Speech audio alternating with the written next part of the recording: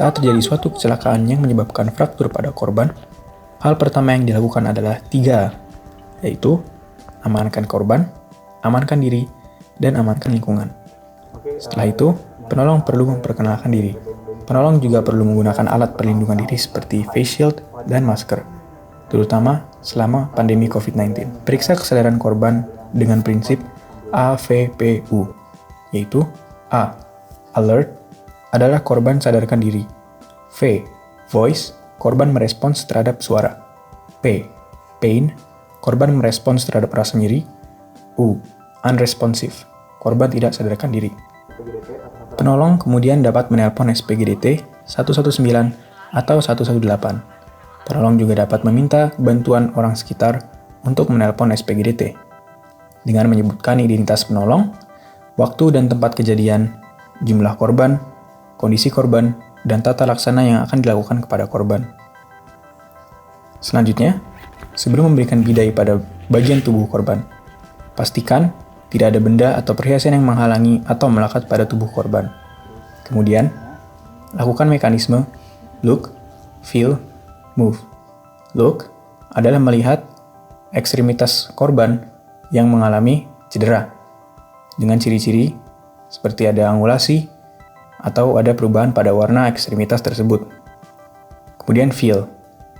Rasakan, sentuh ekstremitas korban jika ada bunyi krepitasi. Kemudian move. Jika korban menggerakkan ekstremitas tersebut, korban merasa nyeri dan merasa pergerakannya terbatasi. Ketiga hal itu merupakan ciri-ciri adanya fraktur. Jika terdapat fraktur terbuka dengan luka, tidak lupa berikan irigasi dengan air yang mengalir atau air bersih. Kemudian, periksa PMS, yaitu pulsasi, dengan cara melakukan penekanan pada kuku, misal dalam kasus ini, pada kuku jari untuk mengecek capillary refill time. Jika capillary refill time berada di atas 2 detik, berarti terdapat suatu cedera pada ekstremitas tersebut. Kemudian, motorik, yaitu pergerakan anggota tubuh korban, dan sensoris, atau peraba anggota tubuh pada korban. Sensoris dapat dibandingkan dengan anggota tubuh yang lainnya. Seperti pada kasus ini, kaki kiri dapat dibandingkan dengan sensoris pada kaki kanan.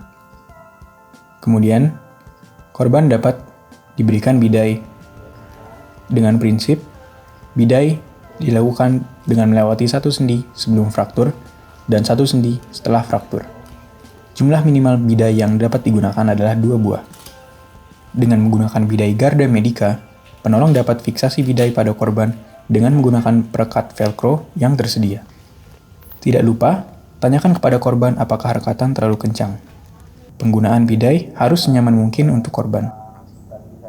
Tidak lupa pula, penolong memeriksa kembali PMS korban setelah pemasangan bidai selesai.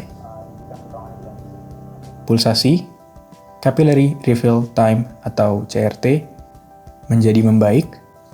Motorik, bidai terasa nyaman untuk pergerakan korban dengan tetap mempertahankan fungsi stabilisasi. Sensoris, peraba pada ekstremitas korban, sama seperti ekstremitas lainnya. Terakhir, setelah korban berhasil distabilisasi, selalu pantau kondisi korban sambil menunggu bantuan SPGDT datang. Untuk diberikan pertolongan lebih lanjut. Oke. Terima kasih, Pak. Terima kasih sudah menonton video kami. Jangan lupa jaga kesehatan, keselamatan, Dan patuhi protokol.